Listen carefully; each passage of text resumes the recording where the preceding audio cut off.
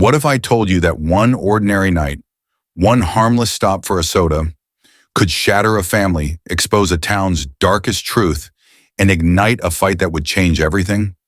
What if I told you that a 15-year-old boy, gentle, hopeful, still in his basketball shorts, was treated like a criminal before he even spoke a word? Not because of what he did, but because of the color of his skin? And what if I told you that the moment his mother, a federal agent trained to uncover corruption, saw what happened to her child, the entire police department began to shake? This story isn't fiction. It's a mirror, a reflection of pain that too many families know, a truth many try to bury, and a reality America must confront. Tonight, you're about to witness a battle between a mother's love and a system built to silence the truth. But before we begin, hit that subscribe button and join us here on Racial Truth, where we expose the stories America must face if we ever hope to heal. Because once you see what happened to Jordan that night, you'll understand why this fight isn't just his, it's all of ours. Stay with us. The truth starts now. The night an ordinary stop turned into a war. The heat clung to Haven Ridge, Ohio, like something alive, something determined not to let go. It was the kind of late summer night when the pavement still shimmered hours after sunset, when the streetlights buzzed, and when silence stretched wide over the town. Not peaceful silence, but the heavy, cautious quiet of a place that never fully learned to trust itself. Jordan Miller, 17 years old and still glowing from basketball practice, didn't notice any of that. Not yet. His shoulders ached pleasantly, the good kind of ache that came from running drills and landing clean three-pointers. His jersey stuck to him, still damp with sweat. He walked toward the Lincoln Quick Mart with his duffel bag hanging off one shoulder, his mind drifting between the possibility of starting the next game and the taste of a cold Sprite. When the Quick Mart door opened with its familiar off-key chime, Jordan stepped into a world he thought was safe. The air conditioning blasted him, sending goosebumps up his arms. Fluorescent lights flickered faintly overhead, buzzing like they always did. For a moment, everything felt predictable, even comforting. Behind the counter, Hank Porter glanced up from his worn newspaper. The old man's hands, knotted with age, steady from decades running the same store, paused mid-turn of the page. "Well, look who it is," Hank said, his voice gravelly but warm. "Jordan Miller, star of the Haven Ridge Hawks." "Don't tell me. Coach finally let you off easy tonight." Jordan grinned, wiping his forehead. "Easy? No chance. But Coach did say I might start next game." Hank gave a slow nod.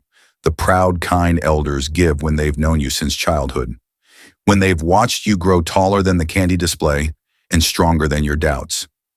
"Knew you had it in you, kiddo," he said softly.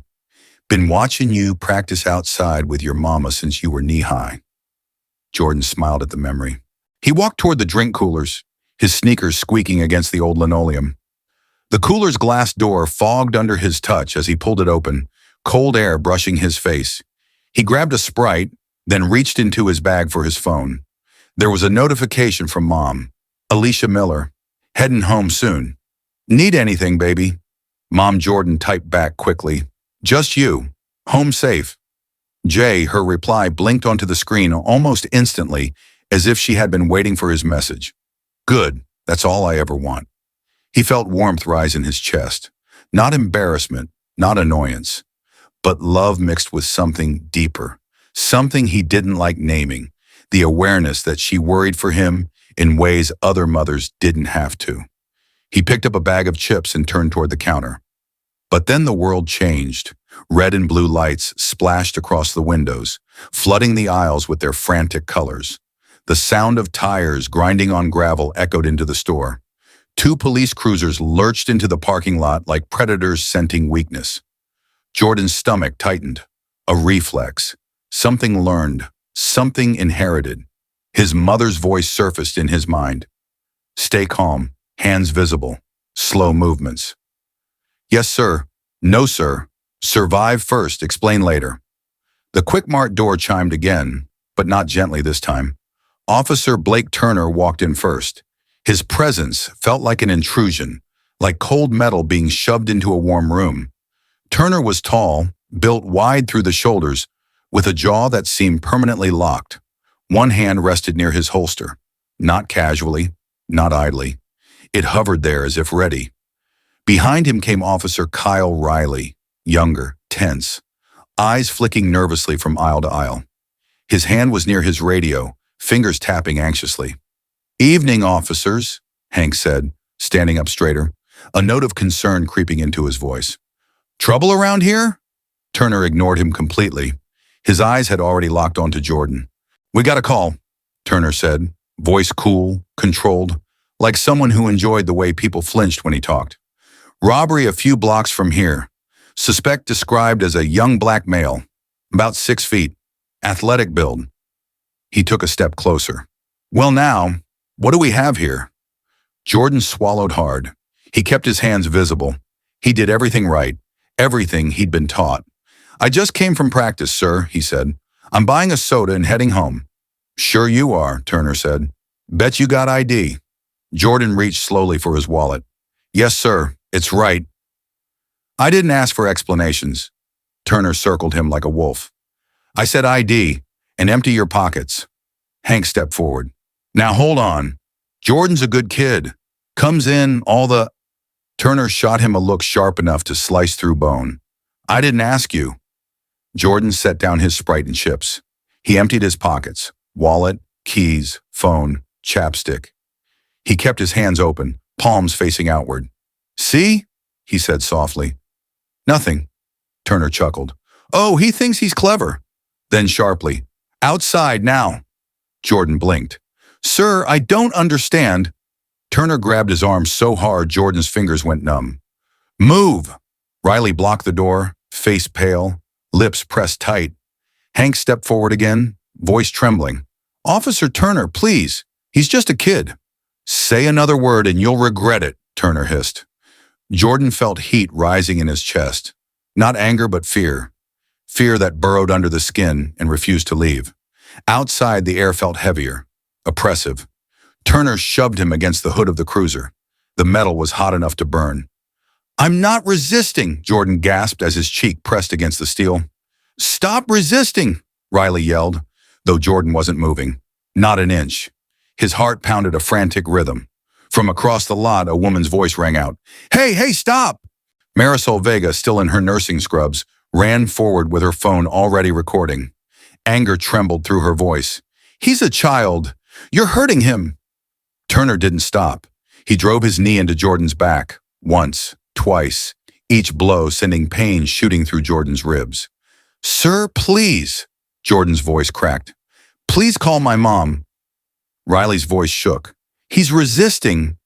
"He's not resisting," Marisol screamed. "I'm filming all of this." Then came the sound Jordan would never forget, the click of the taser, the sudden, violent crackle of electricity. His scream ripped through the parking lot, raw and helpless.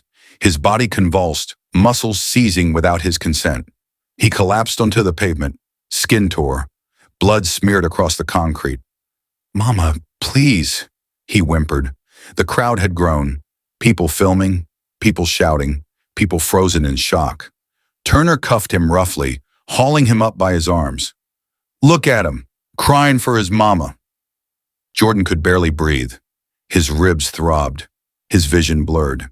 They shoved him into the cruiser like he wasn't even human. Through the window, he saw Hank Porter, standing in the Quick Mart doorway. The old man's hands trembled. His face was ashen. As the cruiser pulled away, Hank whispered, barely audible, "They just made the biggest mistake of their damn lives."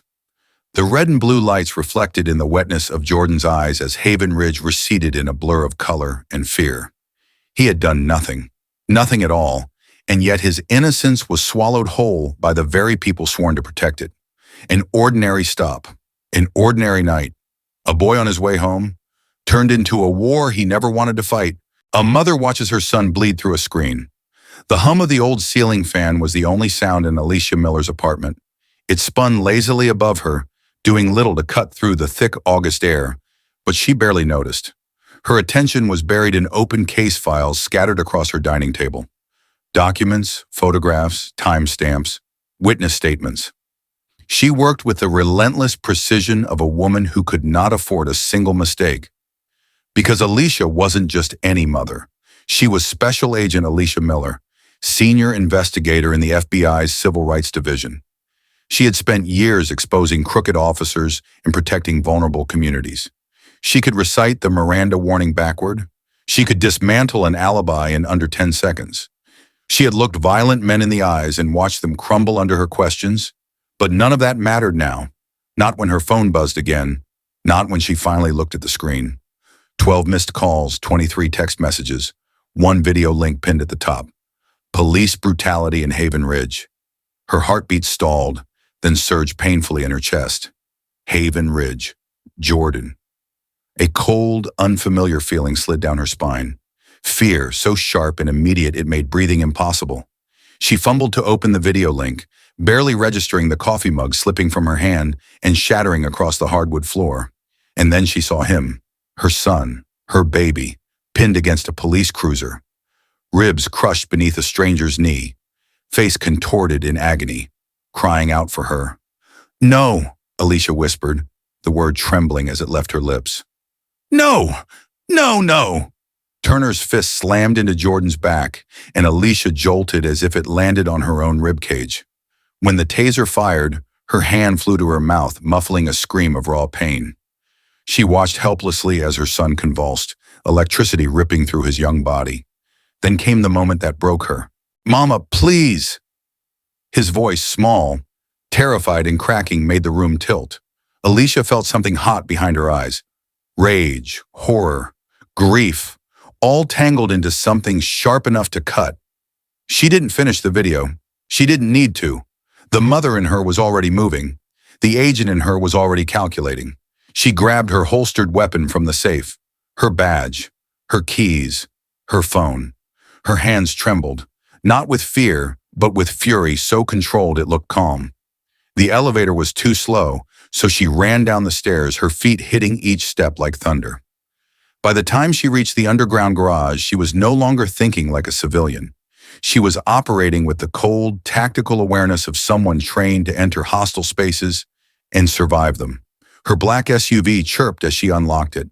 The engine roared to life. 2 hours to Haven Ridge, 2 hours too long. The highway blurred under her wheels. Streetlights streaked past like burning comets. She switched the dashboard to emergency mode, lights flashing unrestrained. But even speeding couldn't outrun the memories. "If you ever get stopped, Jordan, you keep your hands visible." "Yes, ma'am." "You speak slowly. You don't argue." "Even if they're wrong?" "Especially then. Baby, I just need you alive." She remembered the day he'd come home crying in the 7th grade because a neighbor had crossed the street to avoid him. He'd asked her what he had done wrong. Nothing. Nothing the existence in the skin America loved to fear. Her knuckles whitened around the steering wheel. She called her supervisor, leaving a detailed message. She called the FBI Civil Rights Division. She called her attorney. Each call was crisp, professional, because she knew losing control would cost her more time, and Jordan did not have time to spare. When the Haven Ridge Police Department finally came into view, a squat brick building with flickering lights above the entrance, Alicia felt a cold stillness settle over her. It wasn't calm. It was the precise, deadly quiet that comes before a storm. She parked directly in front of the entrance. Not in a space, not legally. She didn't care. The moment she stepped inside, the officer at the front desk looked up, bored. "Can I help you?" "I'm here for my son," Alicia said, her voice dangerously soft. "Jordan Miller. Visiting hours are over. You can come back tomorrow." "I'm not here to visit." Her badge hit the desk with a sharp metallic slap. "I'm here to take my son home. Now." The badge gleamed under the fluorescent lights, all authority and unspoken threat. The officer's mouth opened, but no sound came out. Conversations behind him stuttered, then stopped. Phones that had been ringing were suddenly silent. Even the hum of the old vending machine seemed to fade. Let me get the chief," he stammered, practically tripping over his chair. Alicia stood motionless in the lobby, but her eyes weren't still. They were absorbing everything. Camera positions, badge numbers, nameplates, shredding bins, hard drives on desks, smudges on paperwork. Evidence. Every detail mattered. Finally, Chief William Hartle appeared. Uniform pristine, smile carefully assembled, hands clasped behind his back like a man who wanted to appear in control, but knew control was slipping. "Agent Miller," he said slowly, "what a surprise. Didn't expect the FBI to take interest in a routine robbery investigation. Where is my son?" "Well now," Hartle drawled, "your boy matched the description. I saw the video." Alicia stepped closer. "Where is my son?" Something flickered behind his eyes. Not fear, annoyance. Like a man irritated, he had been caught before finishing his lie. He gestured to a deputy. "Bring the kid." Alicia followed them down the corridor. The air felt colder back here, stale. The sound of doors creaking open echoed through her bones. Then she saw him. Jordan sat on a metal bench, knees pulled toward his chest, head down. His face was bruised, swollen, and dried blood crusted around his nose and lip. His prized basketball jersey, the one she had saved money for months to buy, was torn down the side. When the cell door clanged open, he didn't look up right away. "Jordan," Alicia whispered. His eyes lifted slowly, unfocused at first, then locked onto hers. The moment recognition dawned, his face crumpled. Not physically, but spiritually, like he was letting himself feel safe for the first time since the attack. Alicia knelt beside him, gently touching his cheek. "You're safe now, baby. I'm here." His body shook as she pulled him close. "They had no right," she whispered into his hair. "No right to touch you." She felt his breath falter. He exhaled shakily against her shoulder. Behind her, Hartle cleared his throat. "Agent Miller, as I explained earlier." Alicia rose slowly, turning to face him. "If you speak another word, I will personally drag your entire department into federal court." Hartle's jaw tightened, but he didn't speak again, not with her eyes burning through him like fire. The drive to the hospital was quiet at first. Jordan stared out the window, shrinking each time they passed a patrol car. Alicia's fingers brushed his lightly, grounding him. "You're safe," she whispered. "They're not following us?" He nodded faintly, but she could see the truth in his eyes. Trauma didn't end just because the night did. The hospital lights made everything feel sterile, distant. Nurses whispered. Doctors examined him while Alicia stood nearby, rage simmering under her ribs as each injury was named and cataloged. Bruised ribs, facial lacerations, concussion, taser burns on the back. Every word felt like a verdict. When they were finally alone again in the dimly lit room, Jordan's voice broke through the silence. "Mom, maybe we should let it go." Alicia turned toward him, stunned. "Why would you say that?" "I don't want you to lose your job," he swallowed. "They're not gonna stop, Mom." "You know they're not." Alicia sat at the edge of the hospital bed and cupped her son's bruised face gently between her hands. "Jordan, look at me." His eyes, pained, frightened, met hers. "What they did to you," she whispered, "is exactly why I can't let it go. What they did to you, they've done to others, and others before them. But those boys didn't have a mother who could fight back." She felt his breath tremble. "I'm fighting for you, but I'm also fighting for them, for every kid who didn't make it home." A tear slid down Jordan's cheek. Alicia wiped it away with her thumb. "One day," she said softly, "America will be what it claims to be, a land of justice, a land of equality. But that day only comes when we fight for it." Jordan closed his eyes, letting her words settle over him like a blanket. She watched him breathe, watched the rise and fall of his chest, counted each breath like a prayer. Then she stood, her resolve hardening. "They wanted to scare you into silence," she murmured. "They wanted to scare me into silence." Her eyes burned with purpose. "But they chose the wrong family. Shattered trust, silenced truths, and the seeds of resistance. The morning after the assault, the world felt wrong. Not because the sun failed to rise, it rose warm and golden over Haven Ridge, but because the light seemed blind. It warmed the homes of people who slept peacefully, unaware that the night before, a 17-year-old boy had tasted terror on the pavement. It touched police cruisers parked neatly along the street, their engines cooling in the dawn, as though they hadn't carried violence in their back seats just hours earlier. Inside Alicia Miller's home, however, the morning carried no warmth at all. Jordan sat hunched on the living room couch, wrapped in a blanket, trying to keep his breathing steady. Every inhale tugged at his bruised ribs. Every exhale lifted the ghost of fear still sitting heavy on his chest. His eyes drifted toward the window every few minutes, as though expecting the officers to return and drag him away again. Alicia watched him from the kitchen doorway, her heart twisting until it felt like something might break inside her. She had seen victims before, interviewed them, protected them, testified for them, but watching her son shrink into himself, watching him move like a child suddenly thrust into an unfamiliar, dangerous world, it carved into her in ways she could not speak aloud. He should be getting ready for school. He should be joking about the upcoming game. He should be 17, not 70, weighed down by the memory of a taser's burn and a knee pressed into his back. A soft knock at the front door startled them both. Jordan flinched so hard he nearly folded over. Pain flashed across his face. Alicia rushed to him, placing a gentle hand on his shoulder. "It's okay," she whispered. "You're safe. Stay here." She moved toward the door with the caution of someone entering hostile territory, even though the knock had been timid, almost apologetic.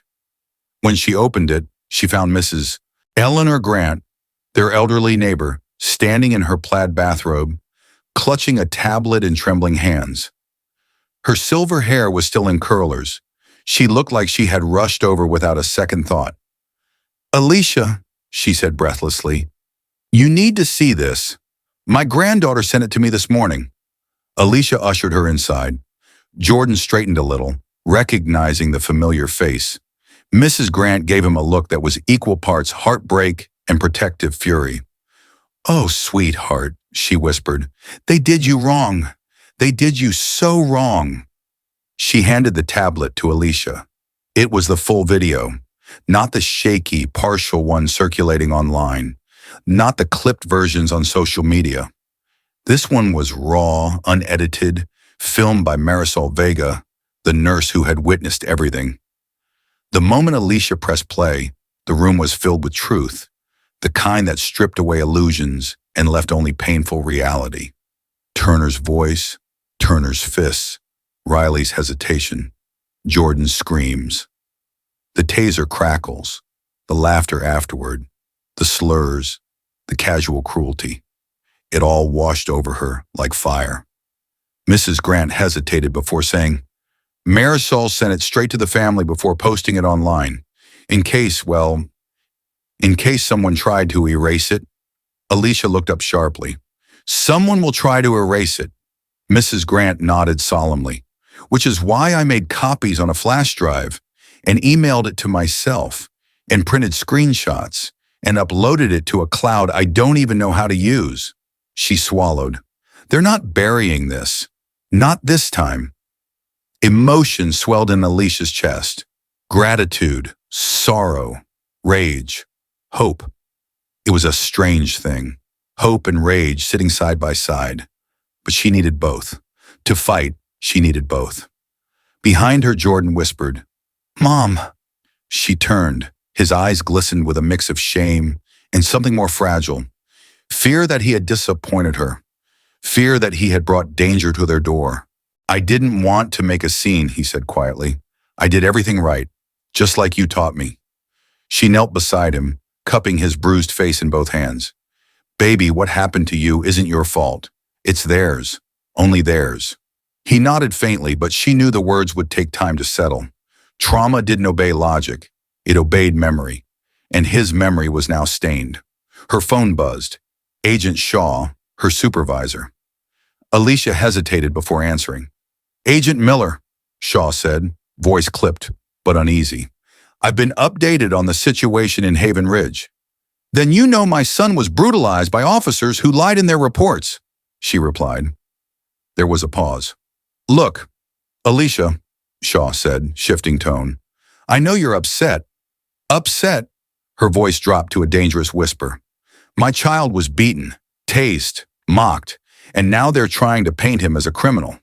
"Alicia," Shaw warned, "do not escalate this into a federal conflict. The Bureau doesn't have jurisdiction unless local authorities request intervention. Let the proper channels handle it." "Proper channels," she almost laughed, a hollow, humorless sound. The proper channels are run by the same men who hurt my son. This is an order, he said sharply. Stand down. The line went dead. Alicia stared at the phone, the weight of betrayal pressing against her chest. She expected pushback, yes. Resistance, yes. But to be silenced by the very institutions sworn to defend civil rights? That cut deeper than she wanted to admit. Mrs. Grant touched her arm gently. Honey, the system doesn't protect people like you and me. It protects itself. Alicia exhaled slowly.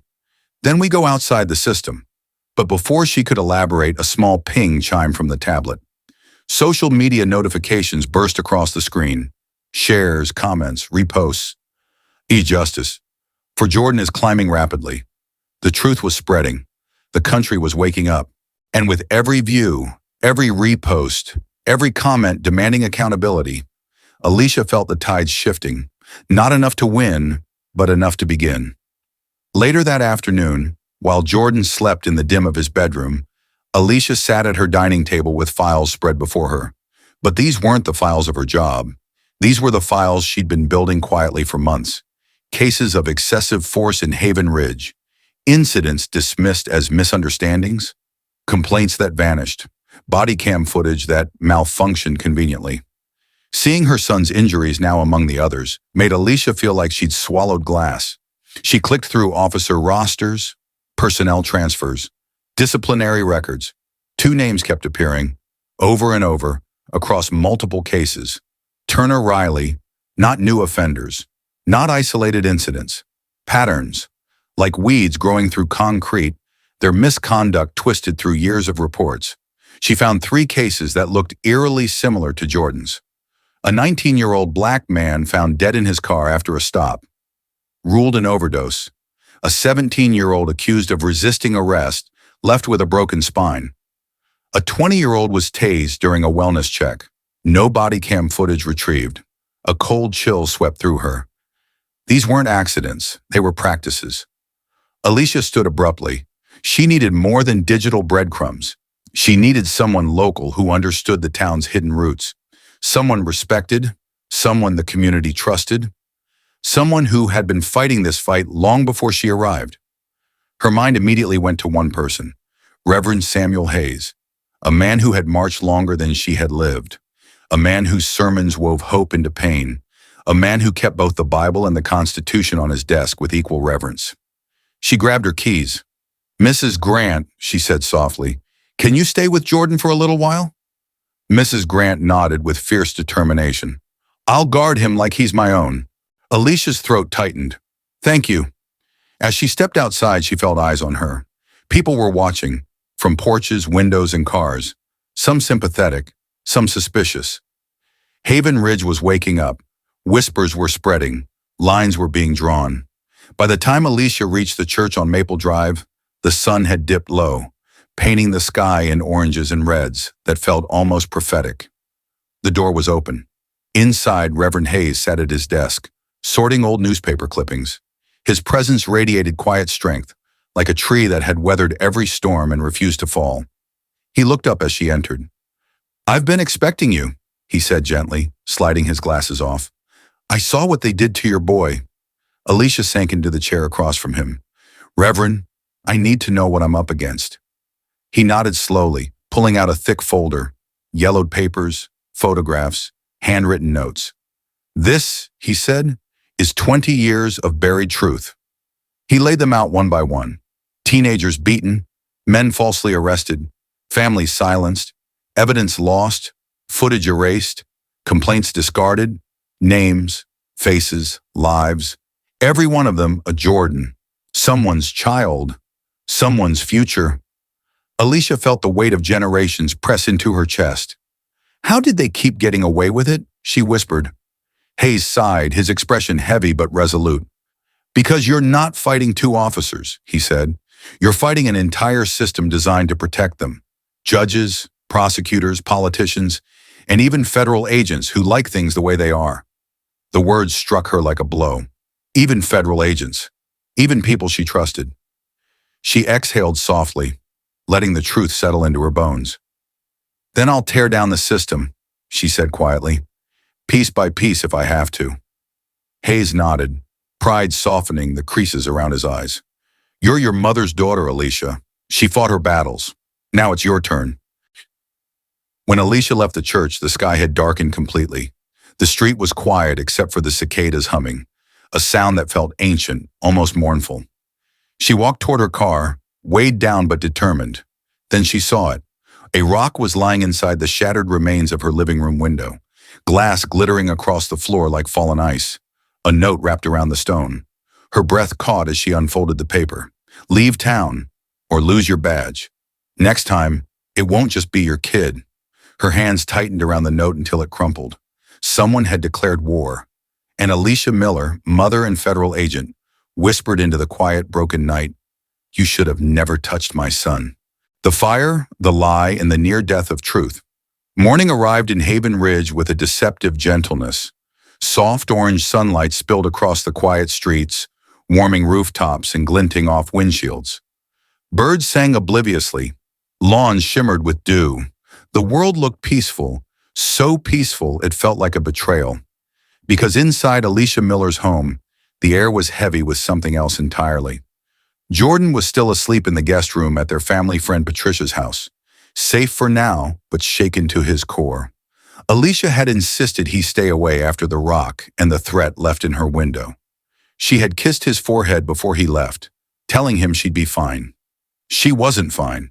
Not when she walked into her kitchen that morning and saw the jagged edges of shattered glass still glinting in the light. Not when she saw the slashed tires of her FBI-issued SUV outside. Not when her phone buzzed with a call from headquarters. She knew it wouldn't be good news. She answered anyway. "Agent Miller," a cold administrative voice said, "effective immediately, your security clearance is suspended pending review of your conduct in the Haven Ridge matter." Alicia closed her eyes. On what grounds? Potential interference with a local investigation, unauthorized use of federal resources, and a perceived conflict of interest. A conflict of interest. Her son was beaten. Her son was unlawfully arrested. Her son was nearly killed. And they called it a conflict of interest. "You'll receive formal documentation within 24 hours, the voice added before hanging up. The line went dead, and the silence that followed felt suffocating.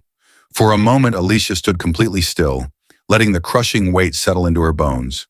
The FBI she had served faithfully for over a decade had turned its back the moment she tried to expose one of their own collaborators. But then, anger rose. Not wild, not reckless. Controlled. Precise. Purposeful. If they wanted to strip her of her badge, they could. But they could never strip her of her identity. Mother, fighter, truth seeker. And no suspension could erase the fact that Alicia Miller had something the Haven Ridge Police Department feared more than any federal badge. Evidence that refused to die. Her phone buzzed again. This time, it was a name she recognized all too well. Lucas Trent, her former partner, a man she had once trusted with her life. She answered without speaking. "Alicia," Lucas said, lowering his voice, "I heard about the suspension. Shaw's got it wrong. I'm trying to help you." She didn't respond. "You need to walk away from this," he continued. "You're too close. People are saying you're acting irrationally, that you're making enemies on all sides." "And where did you hear that?" she asked quietly. Another pause. Then she recognized it, the subtle tremor in his breathing. She had worked with Lucas long enough to know when he was lying. Alicia, listen.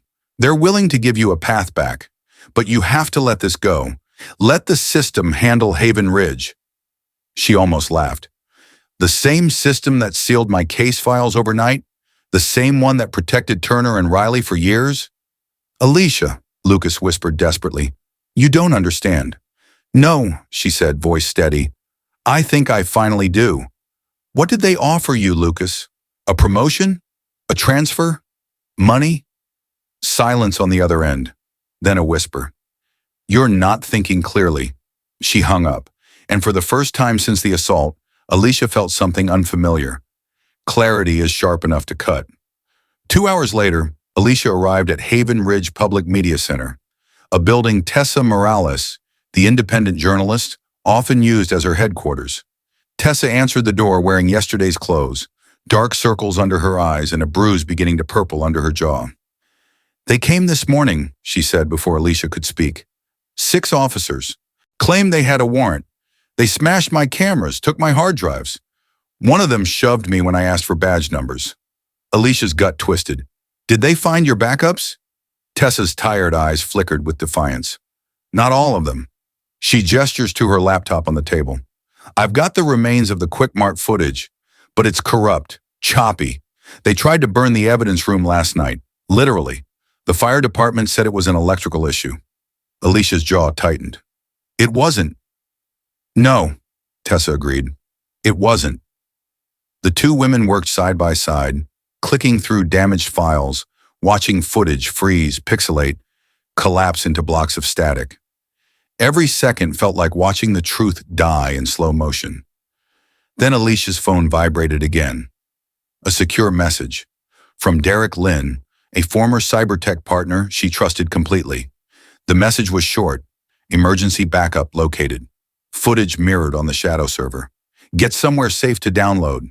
Do not use your regular device? Alicia exhaled shakily. Derek had always been brilliant. Paranoid, but brilliant. His shadow backups had saved more than one investigation over the years. She read the message twice. "Derek found something," she said quietly. Tessa straightened. "What?" "The real footage. The full version." For the first time that day, Tessa let out a breath that sounded almost like hope. "Then let's go get it."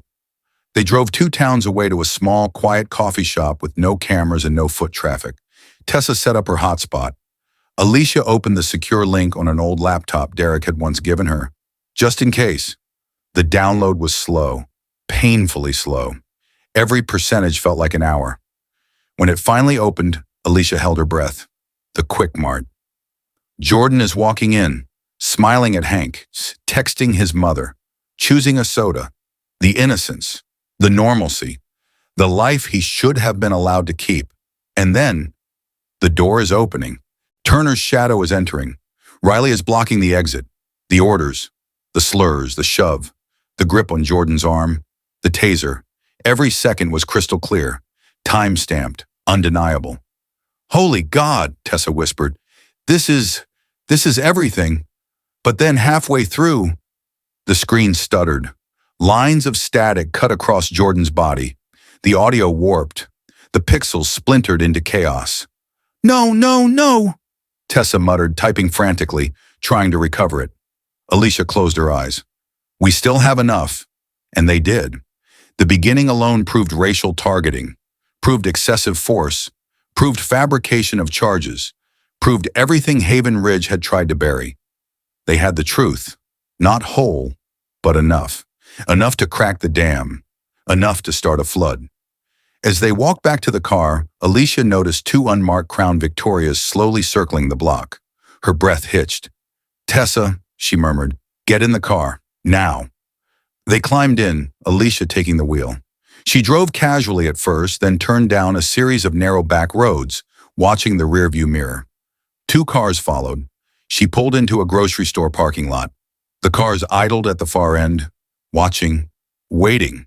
Tessa swallowed hard. "They're tracking us." "No," Alicia said softly.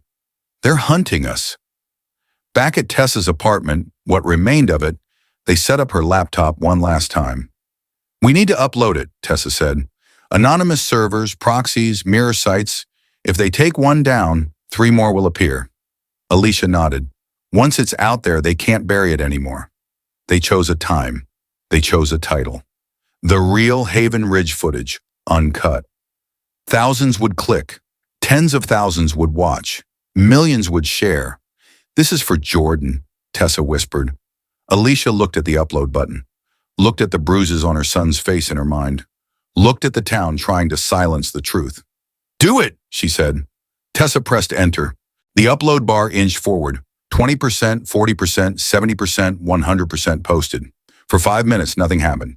Then, 10 shares, 100 shares, 1,000 shares, 10,000 views in under 10 minutes. The hashtag lit up again. Out of justice for Jordan. Yasher Haven Ridge, truth. You just stop targeting our boys. Alicia watched as the numbers climbed, as comments poured in, as the truth spread like wildfire.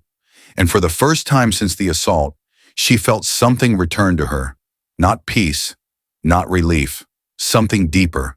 Agency. All the power Haven Ridge had stolen from her son, she was taking back. Not with violence, not with threats, with the one weapon corrupt systems fear most, truth in the hands of the people, a truth that refused to burn, a truth that refused to stay hidden, a truth that refused to stay silent. And this time the whole country was watching. Fire in the dark, proof in the ashes, and truth that refused to die. The night after the partial footage went public, Haven Ridge felt unsettled, like the town itself was holding its breath. A wind slipped through the narrow streets, stirring dust across the sidewalks and rattling the loose shutters of old brick buildings. Streetlights flickered, as though deciding whether to shine on the town's sins or leave them in darkness. Inside the Haven Ridge Police Department, men in uniform moved with unusual agitation. Lowered voices, closed doors, nervous glances. Because they all knew what Alicia Miller had put into motion. Not a rumor, not an accusation, a record. The kind no amount of badge polish could erase. And it scared them. But fear in corrupt men rarely leads to honesty. It leads to desperation. Alicia didn't sleep that night. She sat at her dining table, shards from the broken window still scattered on the floor like frozen tears, scrolling through notifications from across the country. The partial footage had gone viral. People were outraged. People were grieving. People were sharing stories of their own sons, brothers, nephews, boys who had survived police violence or who had not. Strangers from all over sent messages. "We see your son. We believe him. We're with you." Every message warmed something deeply wounded inside her, but also terrified her, because she knew the Haven Ridge Police Department wouldn't let this go unchallenged. She had spent years studying corrupt institutions, how far they would go, how fast they would sink when the truth began to surface. And one thing she knew with absolute certainty: the most dangerous animal is the one cornered by its own wrongdoing. At 2:13 a.m., she received a text from Tessa. "They're planning something. I can feel it." Before Alicia could reply, her phone buzzed again, this time with an alert from Jordan's temporary location, his friend's home. She opened the notification and saw the camera feed. He was asleep. His back rose and fell slowly. His face looked young again, not free but unguarded. Alicia let out a trembling breath. "For you," she whispered into the quiet. "I'll burn the whole rotten system down if I have to." She didn't know then how close those words would come to reality. At 3:47 a.m., the Haven Ridge Fire Department received a call. Smoke coming from the police evidence wing. By 4:02 a.m., flames were tearing through the secured storage room, room B7, where evidence for dozens of cases was kept, including the original security drive from Lincoln Quick Mart. By 4:08 a.m., the sprinklers mysteriously failed. By 4:14 a.m., the backup extinguishers failed too. But the cameras caught something the fire was meant to hide. Two silhouettes entered the evidence room minutes before the flames.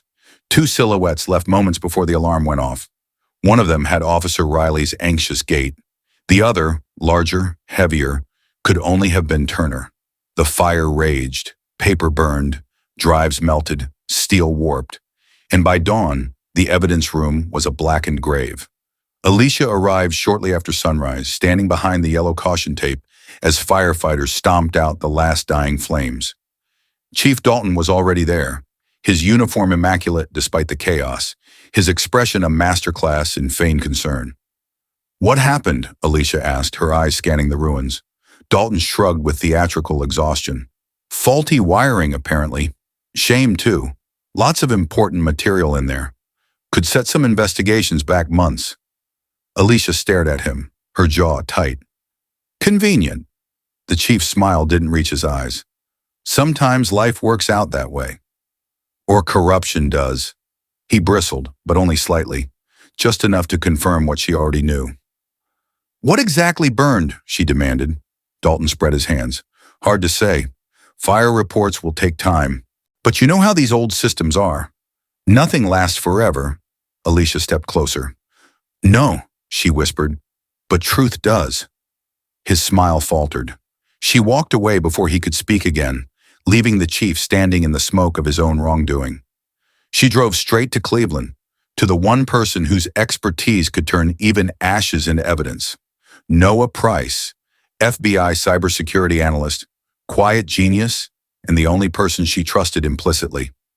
Noah lived in a cramped apartment cluttered with wires, servers, and half-assembled electronics.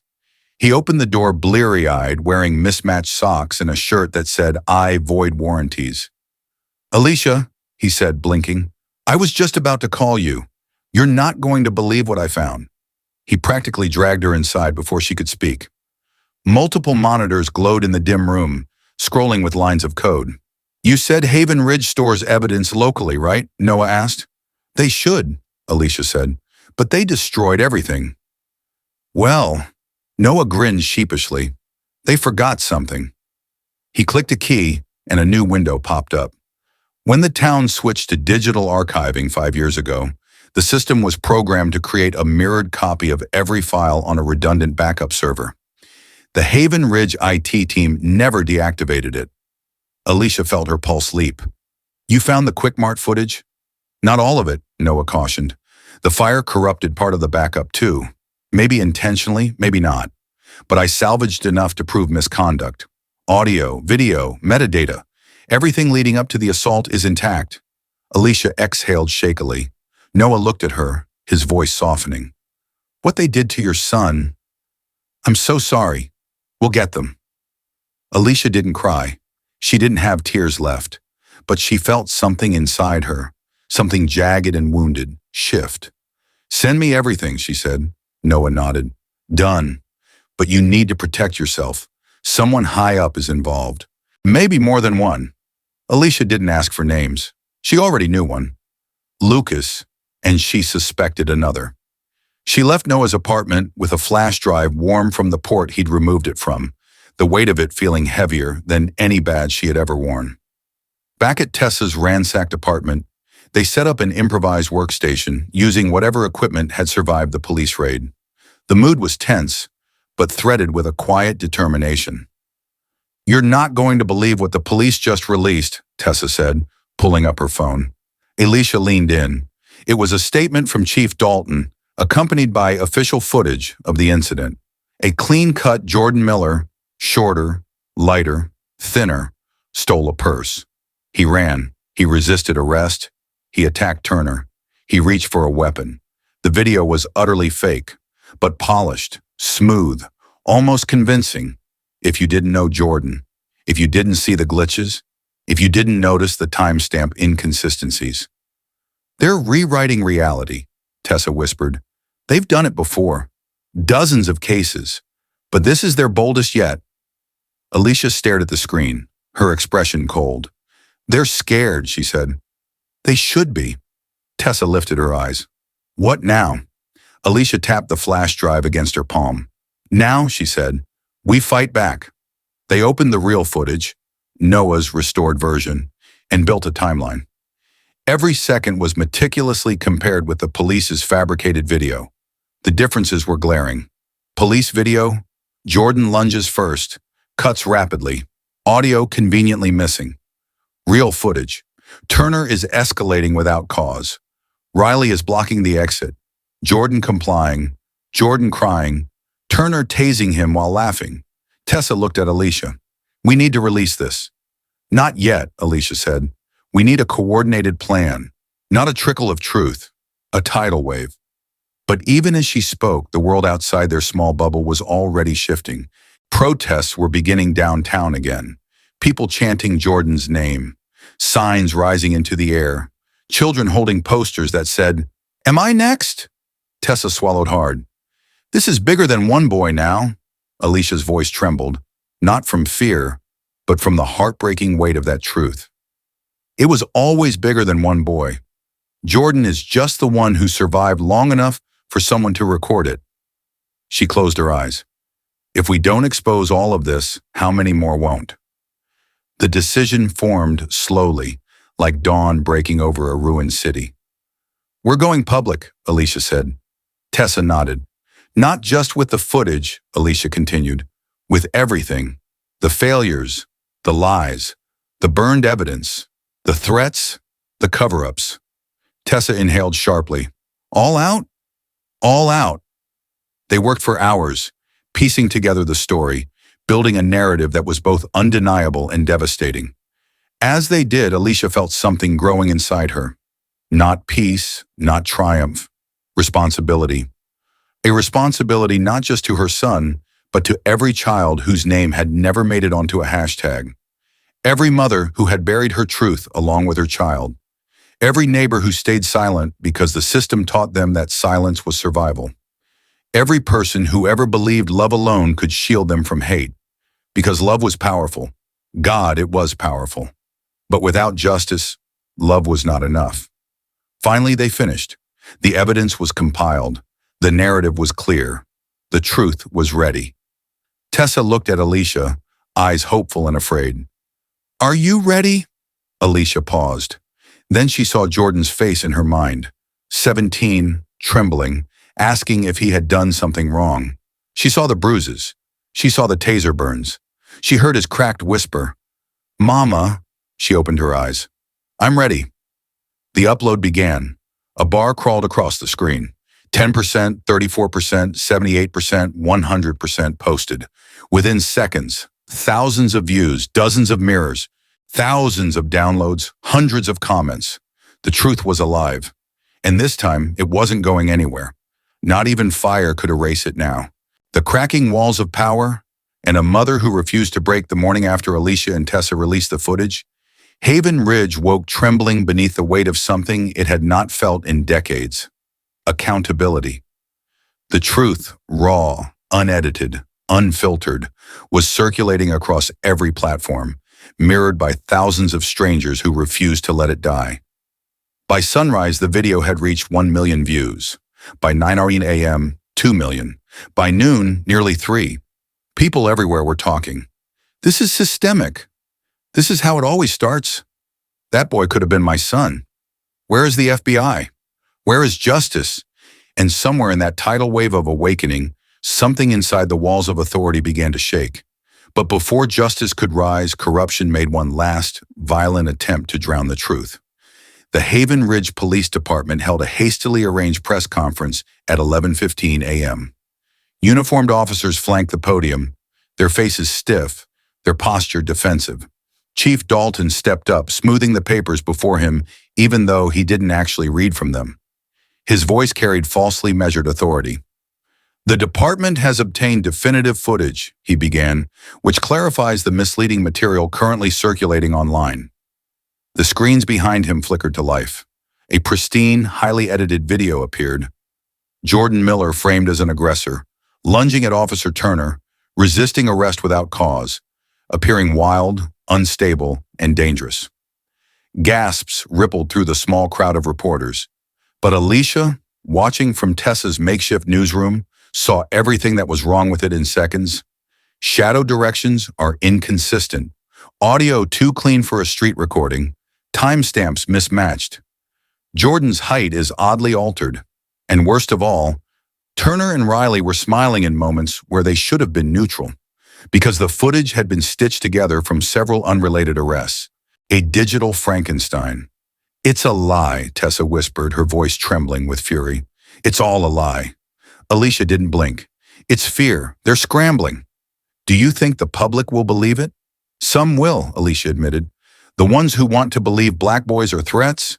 The ones who need the world to stay the way it is. But the truth is louder, Alicia said softly. It just has to keep spreading.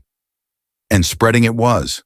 By the time Dalton finished speaking, thousands of commenters online had already dissected the fake footage like seasoned forensic analysts. It was too late. The lie couldn't hold. But the system wasn't done trying. At 2:00 p.m., Alicia's phone rang. Agent Shaw, she inhaled, then answered. Agent Miller, Shaw said, his tone clipped. My office, now. 2 hours away. Tessa looked at her. He sounds furious. He is, Alicia murmured, but not at me. He's furious because the truth is now bigger than him. She grabbed her keys. Stay here. Keep uploading. Don't stop. Tessa nodded, eyes fiery with resolve. Outside, Alicia got into her car. She drove past crowds forming at the town center, people holding signs, chanting Jordan's name, demanding change. Some shouted encouragement as she passed. "We're with you, Agent Miller. Bring justice home. Protect our boys."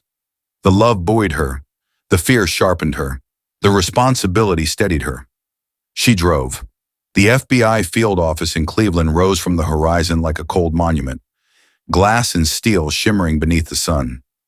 Inside, air conditioners hummed as if nothing extraordinary was happening, as if the world wasn't watching Haven Ridge, as if a mother wasn't fighting for her child against the machine she once swore allegiance to. Agent Shaw sat behind his desk, arms folded, expression tight. "Sit," he said. Alicia remained standing. He sighed. "This isn't a request." "I prefer standing," she replied, echoing her earlier defiance. Shaw exhaled irritably. "Very well." He opened a manila folder, her file. "You've been suspended." Alicia did not answer. "Effective immediately, you are removed from duty pending investigation into several allegations: unauthorized access of federal databases, interference with a local investigation, leaking confidential material, and compromising ongoing federal operations." Alicia waited. "Do you have anything to say?" Shaw asked. "Yes."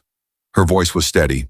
"Which part of that did you not expect me to do after they nearly killed my son?" Shaw's jaw tightened. "This is exactly why you were ordered to recuse yourself." "Recuse myself from protecting my child? From making this personal?" Alicia leaned forward slightly. "Everything about racism and policing is personal." Shaw closed the folder with a sharp snap. "As of this moment, you are relieved of your badge and weapon. They go on my desk." Slowly, deliberately, Alicia set them down. Symbols stripped away, but nothing inside her diminished. Shaw spoke again, more quietly this time. "Alicia, this investigation requires delicate handling. You're too close to this." "No," she said. "I'm just close enough." He looked up at her, an unreadable expression in his eyes.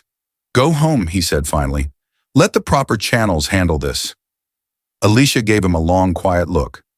"The proper channels," she murmured, "are the reason so many families never get justice." Then she turned and walked out before he could respond.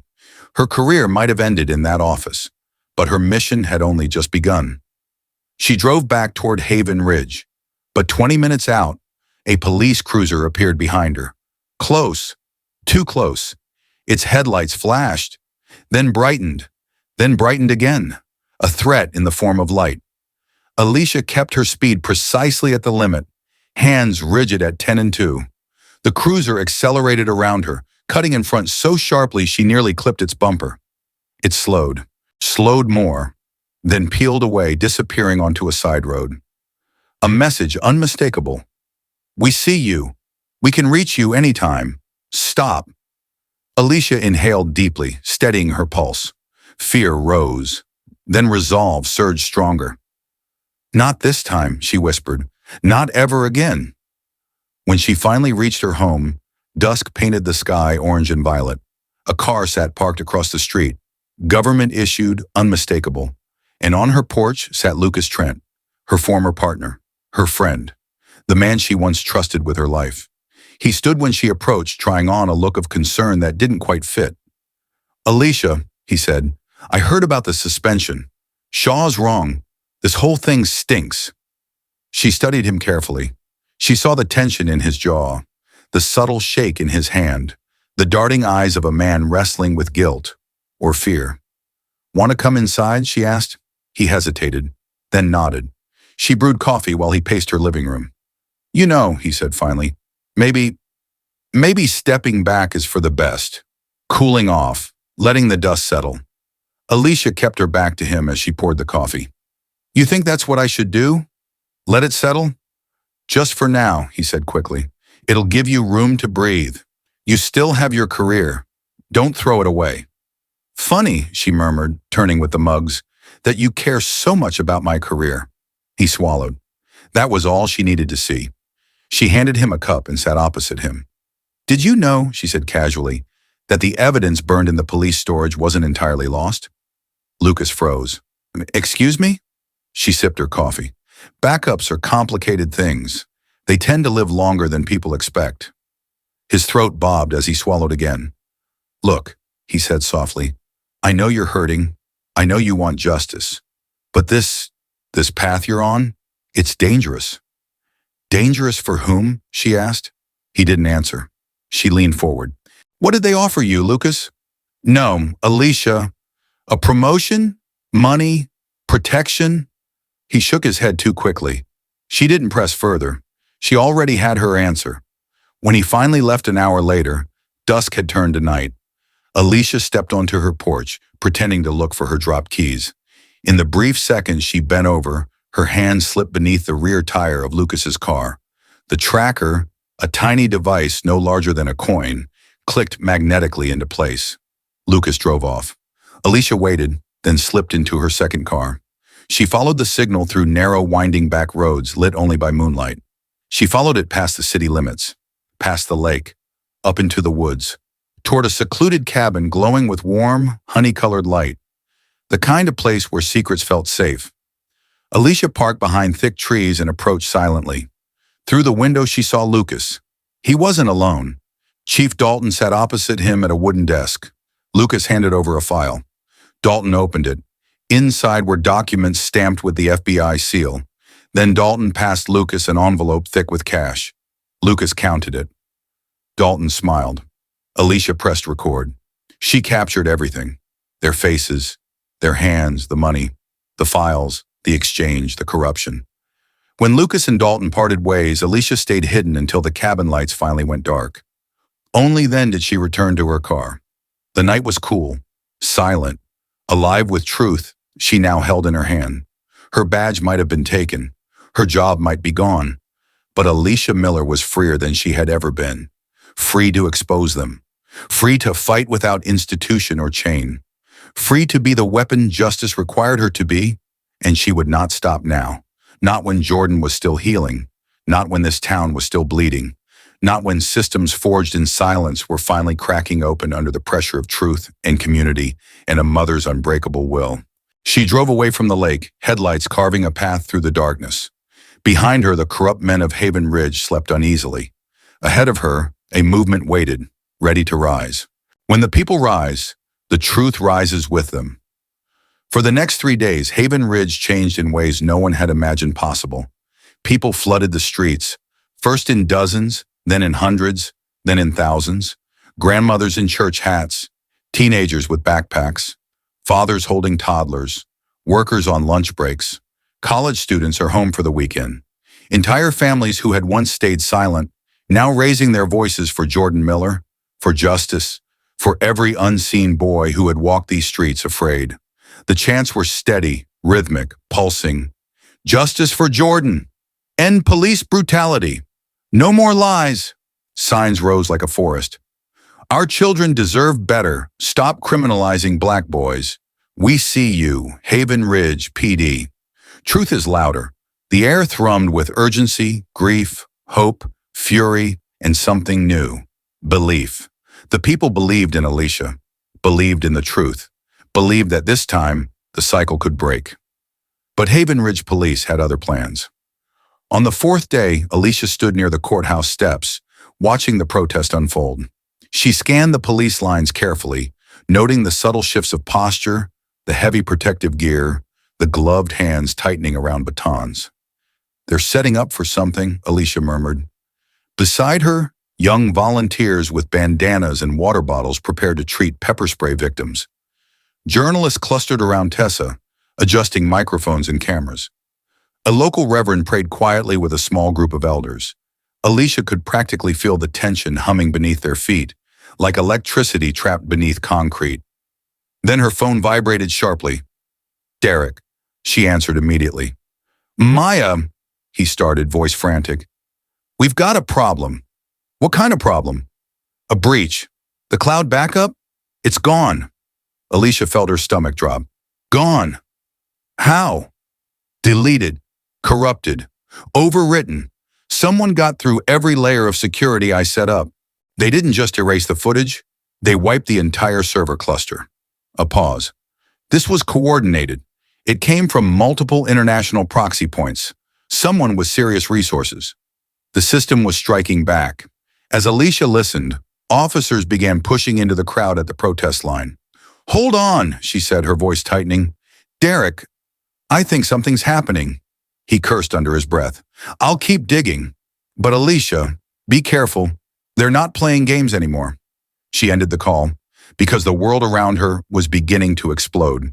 A wall of riot police advanced without warning. "This is an unlawful assembly," an officer barked through a megaphone. "That's not true," a protester yelled. "We have a permit." But the police did not stop. Baton tips jabbed forward. Shields pushed bodies back. Officers moved in formation, methodical, rehearsed, predatory. The first tear gas canister arced over the crowd like a comet trailing white smoke. It hit the pavement, hissed, exploded into a choking storm. Screams tore through the air. People stumbled, coughing, crying, blinded. Alicia ran toward Mrs. Lang, who had fallen against a store awning, clutching her chest, struggling to breathe. Alicia pulled her behind a mailbox and poured milk over her burning eyes. "It's okay, Mrs. Lang," she murmured. "I've got you. Stay low. Breathe slow." All around them, chaos unfurled. Sirens, shouts, the sharp crack of rubber bullets. Tessa was coughing as she filmed, her camera shaking but still pointed toward the truth. "They're escalating," she shouted. "This isn't crowd control. They're trying to provoke violence. They want to claim we're rioting." Alicia's gaze swept the scene. The officers moving like wolves, the children screaming, the elderly collapsing. The police had trapped the crowd between two advancing lines. There was nowhere to go. "Fall back," Alicia yelled. "Back streets. Move toward Broad Avenue. It's safer." Anna, but even as she spoke, her phone buzzed again. Tessa, a panicked voice on the line. "Maya, they're raiding my apartment. Officers, 6 of them. They say they have a warrant for stolen evidence, but they're smashing everything. My cameras, my backups, my hard drives." "Tessa, get out of there." "I can't. One of them is blocking the door." The line went dead. Alicia's pulse roared in her ears. The war was no longer metaphorical. It was here. It was physical. It was everywhere. This was the machine of racism and corruption at its most vicious, lashing out because the truth was finally slipping from its grasp. By nightfall, the protest had fractured into scattered groups, seeking refuge from tear gas and police charges. Paramedics treated dozens for injuries.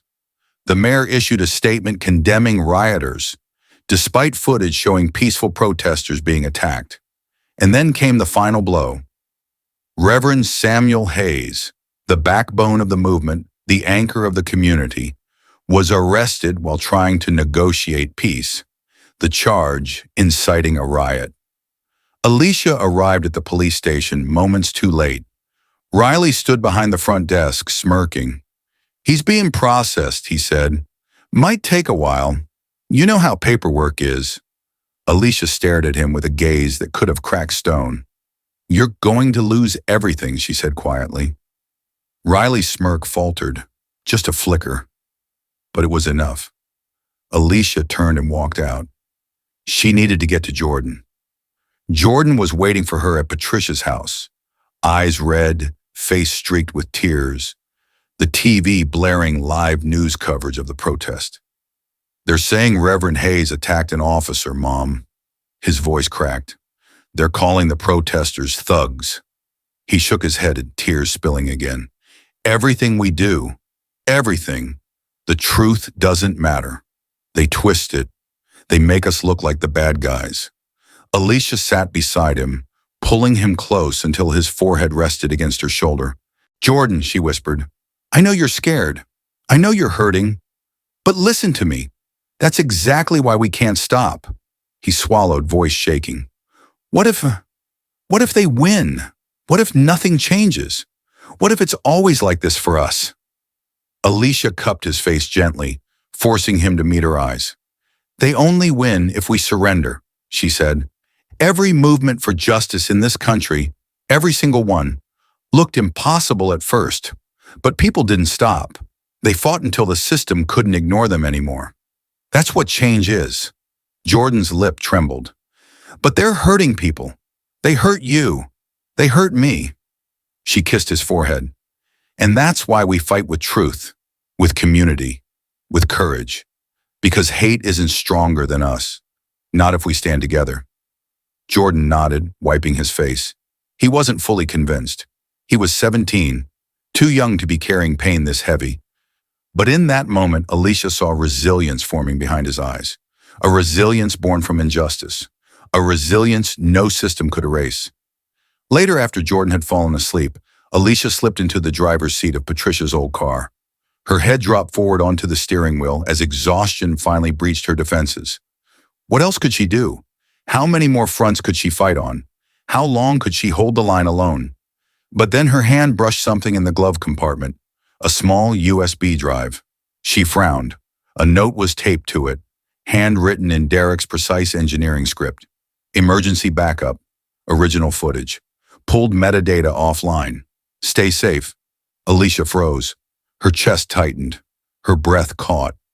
All this time, while servers were being corrupted, devices smashed, evidence burned, Derek had quietly saved the most important copy of all, the unedited, undistorted, irrefutable truth. Alicia held the drive like it was made of glass, like it was Jordan's heartbeat, like it was America's conscience. The world had tried to bury the truth under ashes, lies, threats, raids, and violence. And still, here it was, alive, breathing, surviving, refusing to die. Alicia closed her eyes, letting a wave of emotion wash over her. Relief, sorrow, gratitude, hope, determination. All tangled together like threads woven into a single, powerful cord. "Thank you, Derek," she whispered into the quiet night. Then another thought surfaced. Clear, unshakable, electric. It's time. Time to expose everything. Time to speak without fear. Time to stop waiting for institutions to act. Time to trust the people who had risen behind her.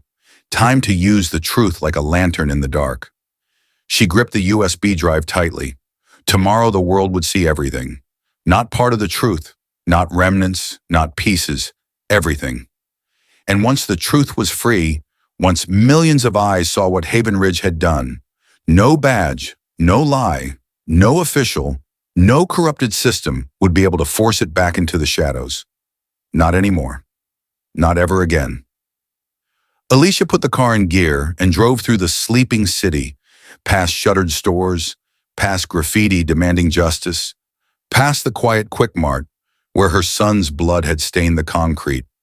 She drove with purpose, with fire in her chest, with truth in her hand, with a nation at her back. Tomorrow the walls of power would crack. Tomorrow the world would rise with her. Truth in the light, justice in the open, and a new America begins.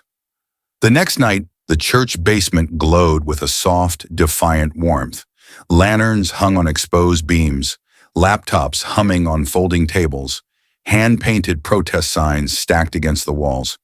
It looked like a war room built by hope itself. Tessa was already there, setting up lights and adjusting her streaming equipment. Her left eye was still swollen from the raid, but she moved with purpose, a soldier of truth whose weapon was a camera. When Alicia stepped inside, Tessa froze. "Do you have it?" Alicia held up the small USB drive. Tessa exhaled slowly. "Then tonight, everything changes." They worked quickly, making the space broadcast ready. The church above them was silent, its stained glass windows glowing faintly with moonlight, like watchful eyes witnessing history.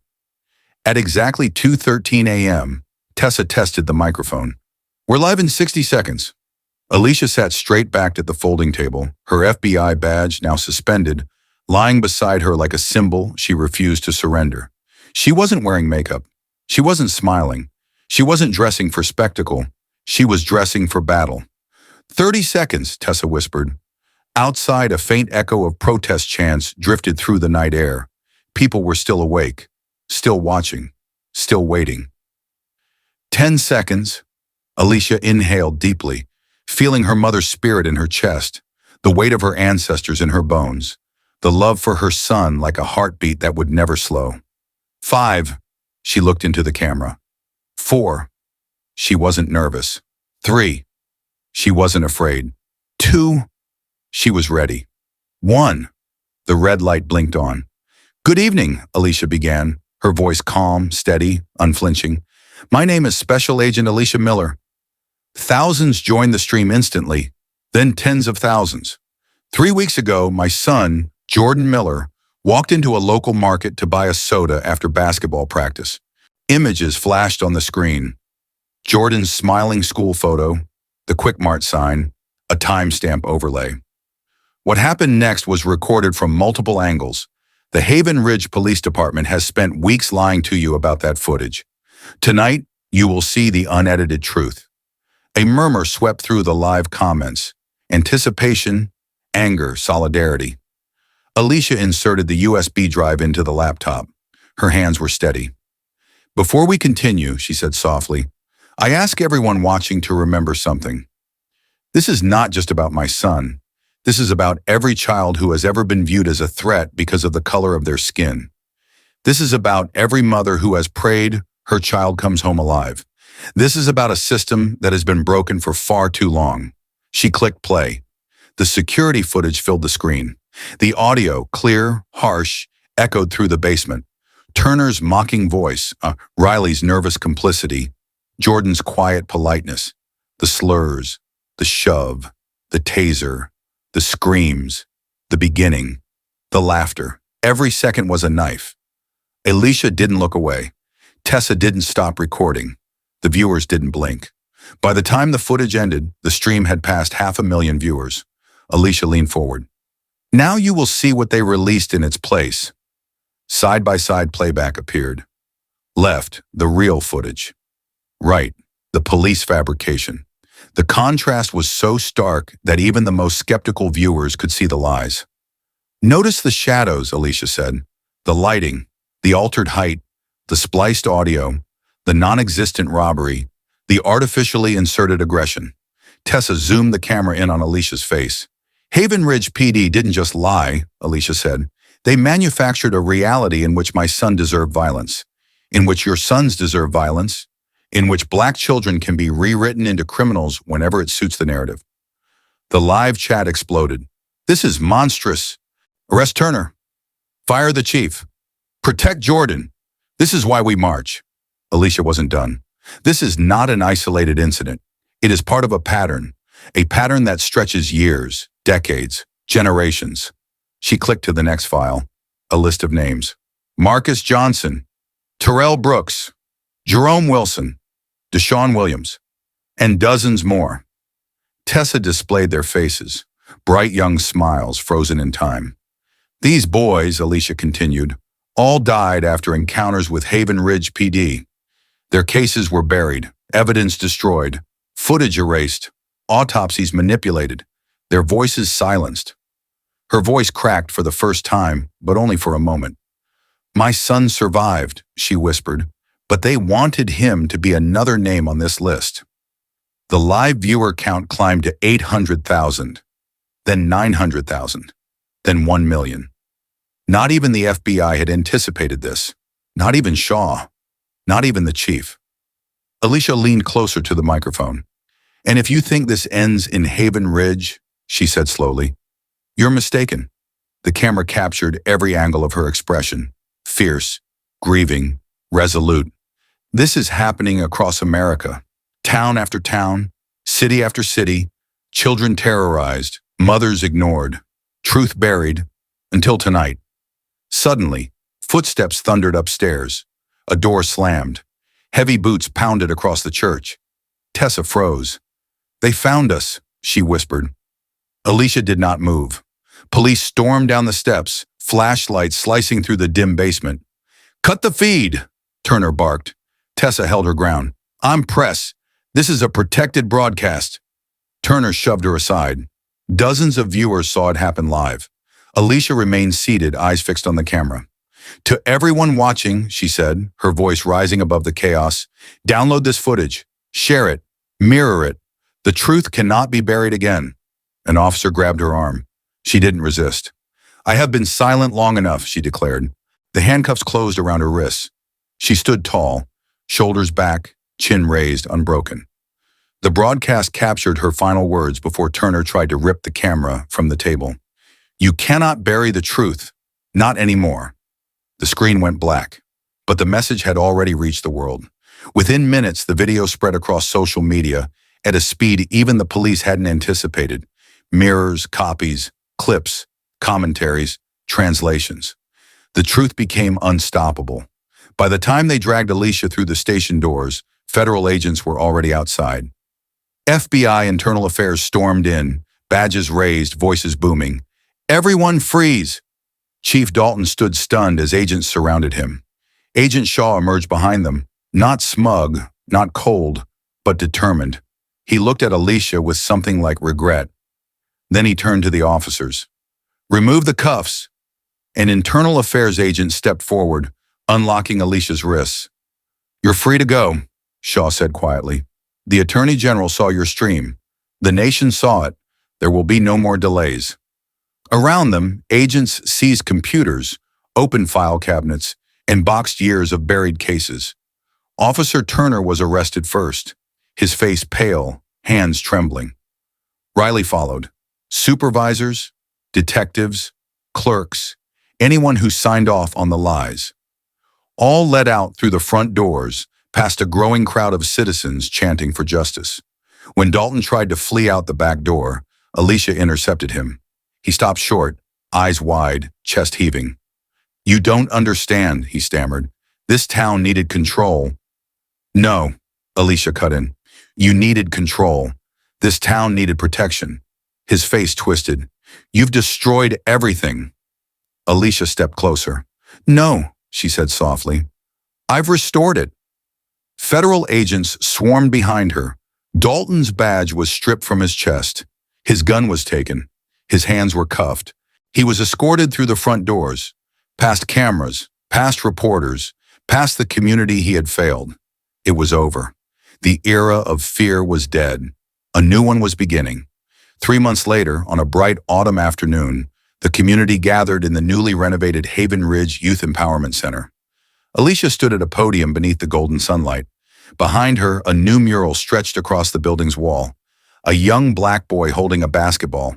A beam of light rises behind him. People of all backgrounds standing together. And above them the words, strength, justice, hope.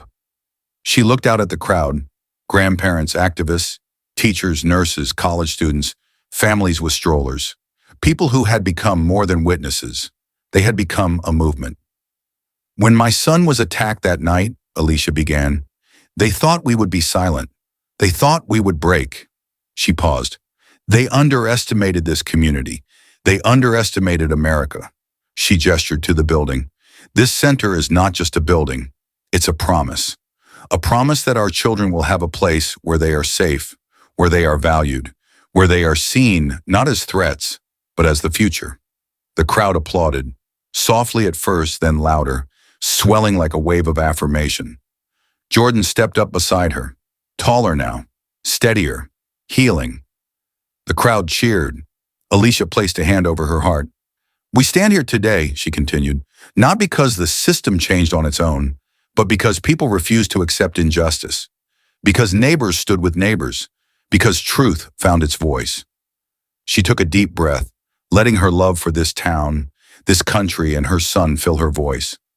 "And because we chose to believe in what America can be, when we love each other, protect each other, and refuse to discriminate against one another." She looked at Jordan. "Today, we cut this ribbon not in my name, not in Jordan's name, but in the name of every child who deserves a childhood free of fear." Jordan lifted the scissors. The ribbon fluttered to the ground. Cheers erupted, joyous, triumphant, healing. Children raced into the building, music played, neighbors hugged. A new chapter began. As Alicia watched sunlight spill across the fresh paint, she felt something she had not felt in a long, long time. Hope. Real, radiant hope. Because justice wasn't just served, it was claimed by the people, for the people, and because love, stubborn, relentless love, had carried them through every storm. She smiled at Jordan. "You changed this town," she whispered. Jordan shook his head. No, Mom. We change it together. Alicia looked out at Haven Ridge, the place that had once tried to break her. Now it lifted her. Now it was hers again. And as the wind rustled the new mural behind her, she whispered the lesson she wanted every person watching to carry with them. Choose love, choose justice, choose each other. That's how we build a stronger America. When we step back from this story, from Jordan's pain, Alicia's courage, and a town's awakening, we're left with a truth far bigger than any single moment. This story isn't only about police brutality, it's about the America we choose to build. Jordan's suffering reminds us how fragile a young life becomes when racism twists justice into cruelty. Alicia's strength reminds us that love can make ordinary people extraordinary when the world tries to silence them. The people of Haven Ridge remind us that when communities rise together, when neighbors protect one another, even the most corrupted systems cannot stand. The lesson is simple but powerful. We build a stronger America not through fear, not through silence, not through hate, but through connection, compassion, and the courage to stand up for one another. Every child deserves safety. Every mother deserves peace. Every community deserves the truth. And every one of us has a role to play in shaping a nation where justice isn't just an idea, but a reality we all live in, together. So as you carry this story with you, remember, listen to each other, protect one another, choose love over prejudice, and help lift someone else each day, because the strength of America is the strength of its people. When we stand together, we rise together. When we fight for truth, we create hope. When we choose love, we change the world. If this story moved you, don't stop here. Join a community committed to truth, justice, and real conversations about race in America. Subscribe to the Racial Truth YouTube channel. Visit the channel and watch more videos that open eyes, open hearts, and spark change. Together, we can make sure stories like Jordan's are heard and that future stories end not in pain, but in progress. Thank you for watching. Stay aware, stay united, stay loving, and together, let's build a better America.